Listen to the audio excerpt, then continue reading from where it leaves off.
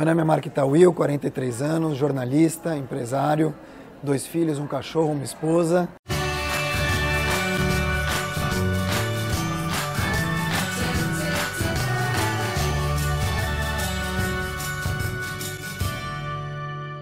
Comecei minha carreira na Resenha Judaica, hoje Tribuna Judaica, em 1995. Em 97 eu fui para a Rádio Jovem Pan, fiquei 3 anos, comecei como rádio escuta, saí como editor de internacional, de lá fui para o Jornal da Tarde, falecido Jornal da Tarde, do Grupo Estado, fiquei 8 anos. Depois saí para a Band News FM, fiquei 3 anos, 2010. De lá fundei minha empresa que se chama Tawil Comunicação, uma agência em comunicação corporativa. Eu nunca deixei de trabalhar para a mídia judaica, nunca deixei de falar aos judeus, até por ser judeu e me posicionar como judeu, mesmo não falando em veículos da comunidade. Começar pela comunidade judaica e tendo como mestre Oscar Nimitz, que muitos vão lembrar, foi muito importante para ser acolhido no meu próprio meio, poder realmente ganhar uma voz entre os meus. Além disso, poder ganhar uma identidade judaica na imprensa é difícil. A gente não tem grandes veículos da comunidade judaica, não digo grandes, mas não tem muitos veículos da comunidade judaica. Naquela época também não tinha, então poder falar num jornal da comunidade me deu musculatura para poder sair de lá com uma identidade judaica forte. Sem dúvida nenhuma o rádio. O rádio é a minha escola, eu já era ouvinte de rádio, ouvia Gil Gomes, ouvia a Rádio Globo AM, gosto do chiado do AM. E me formei no rádio, quer dizer, eu comecei, embora tenha começado no impresso, foi no rádio eu aprendi a ter agilidade, aprendi a ter desembaraçamento, não sei se é assim que fala, desembaraço, aprendi a conversar com pessoas de todas as esferas de igual para igual.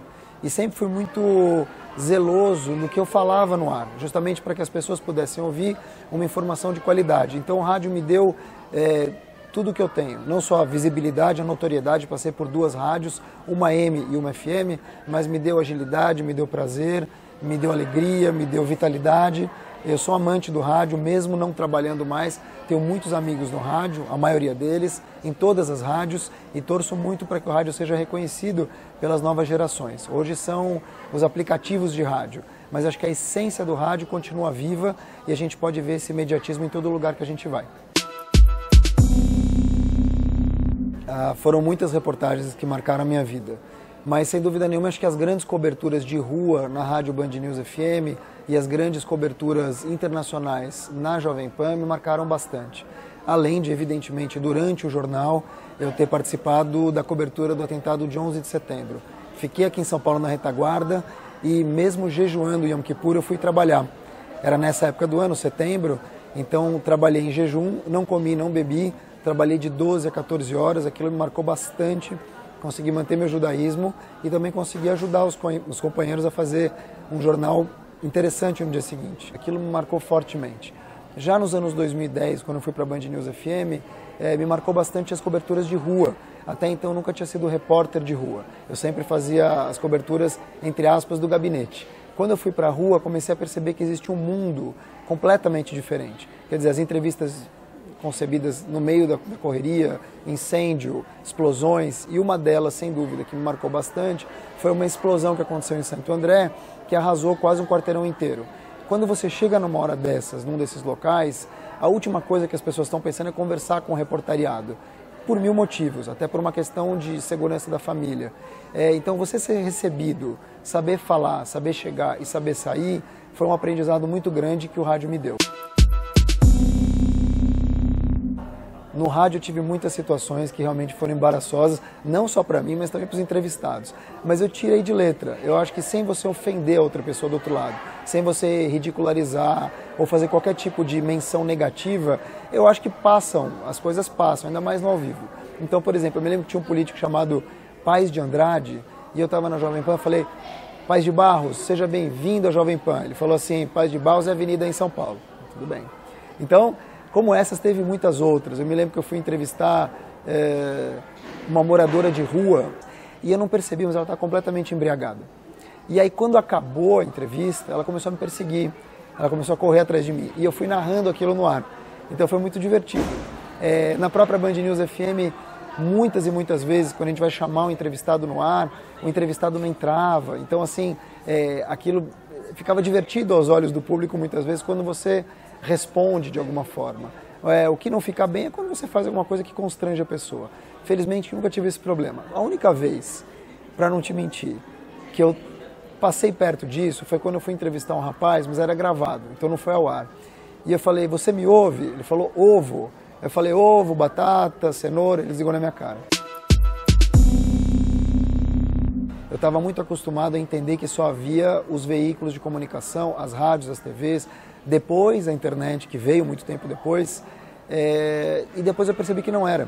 Ou seja, havia um mundo corporativo, também autoral, em que eu pudesse atuar, trabalhar do meu jeito para as empresas. Então, nesse meio tempo, eu aprendi muita coisa, conheci muita gente. É um aprendizado constante. Quem falar que é diferente está mentindo, porque você sai de um mundo onde primeiro você é funcionário, depois você vira o chefe, e aí você vira o empresário. Então, são muitos atores durante o dia pelos quais eu preciso passar para poder tocar uma empresa. E trabalhar com colegas, trabalhando com eles de uma outra forma, extraindo deles o melhor, sendo que eu estou gerenciando o dinheiro do cliente. Então, por aí você já tem uma mudança substancial. Mas o mundo mudou demais. Eu acho que o que mudou não foi só a minha postura em relação ao jornalismo. O jornalismo também mudou. Os veículos de comunicação também comunicam de outra forma. E nesse ínterim também mudou a forma como o jornalismo corporativo está se autoafirmando no mercado. As empresas, por exemplo, hoje trabalham muito mais o PR, que a gente chama, o RP digital, muito na rede social, que era uma coisa que 20 anos atrás praticamente não existia. Aliás, não existia. A internet começou em 94, a primeira rede social que a gente teve foi o Orkut, lá atrás. Então, eu aprendi e continuo aprendendo a mudar. E vai mudar muito daqui para frente. Os meus filhos, os filhos de quem está assistindo a gente, ou até daqui a 5, 6 anos, vão encontrar um mercado jornalístico e corporativo completamente diferente. É bom para o cliente, é bom para quem está do outro lado apostando nisso, porque está tendo um trabalho muitas, mas muitas vezes mais reconhecido e muito mais expansivo do que se ele estivesse anunciando num rádio, por exemplo, ou no jornal.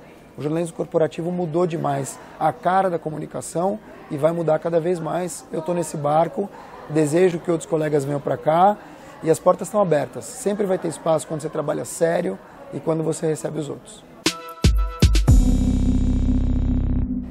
Eu tenho uma relação muito positiva com as redes sociais. Já tinha na época do Orkut. Eu me lembro que, ainda solteiro, eu tinha um Orkut para o meu cachorro, porque era através dele que eu conseguia conversar com algumas meninas. Então eu sempre tive muita intimidade com as redes sociais. Eu preciso lembrar, quem está assistindo a gente, que rede social é vida pública. Ou seja, tudo que a gente coloca lá é como se a gente estivesse abrindo um megafone e falando em praça pública. Então eu aprendi isso cedo e é o que eu informo e é o que eu convenço meus clientes a fazer o mesmo. Eu também trabalho as redes sociais de pessoas. Na minha rede social ou nas minhas redes sociais, eu tento ter nuances ou algumas variações para não ficar sempre maçante. Mas principalmente eu tento ser o mesmo em todas. Eu trabalho para ser a mesma pessoa fora da rede social como dentro da rede social. A relação com o LinkedIn ela começou faz 1 ano e meio, 2, não faz tanto tempo. Eu já estava no Facebook já fazia uns 6, 7 anos, tinha outras redes sociais e acreditava que a força do LinkedIn, por ser uma rede social corporativa, me ajudaria a angariar novos clientes e até novos públicos. Foi o que aconteceu, felizmente. Então, em 2016, no ano passado, depois de escrever 60 artigos que foram lidos por 7 milhões de pessoas, eu ganhei um prêmio, fui escolhido o número 1 do LinkedIn brasileiro entre os usuários, num concurso chamado Top Voices. Me deu uma imensa projeção, evidentemente, mas eu acredito que tenha sido muito mais um reflexo, talvez, da minha postura em rede social do que propriamente uma escolha só dos editores. Eu acho que você, antes de pensar em qualquer tipo de premiação, em relevância, em você se preocupar com likes ou seguidores, você precisa se preocupar especialmente com que tipo de usuário você vai ser. Sem dúvida nenhuma, o judaísmo faz bem. Me afirmo como judeu sempre, dentro e fora da comunidade. Tenho o maior orgulho pelas escolas judaicas pelas quais eu passei, por ter começado na imprensa judaica, e acredito que o judaísmo não faz só bem para mim, mas ele faz bem para as pessoas que têm contato com o judaísmo. Hoje meus filhos estudam em escola judaica, também estudei, tenho um lar judaico em casa, o que me faz muito bem, mas acredito que a perpetuação do judaísmo passa pelos valores. Uma vez eu ouvi de um rabino que você manter os valores de uma pessoa que já se foi é você viver aquilo que ela falava, é você viver intensamente aquilo que ela pregava. Eu acho que viver o judaísmo passa por isso, é você manter vivo os valores, as crenças, com respeito aos outros, mas se afirmar como judeu, seja onde você estiver.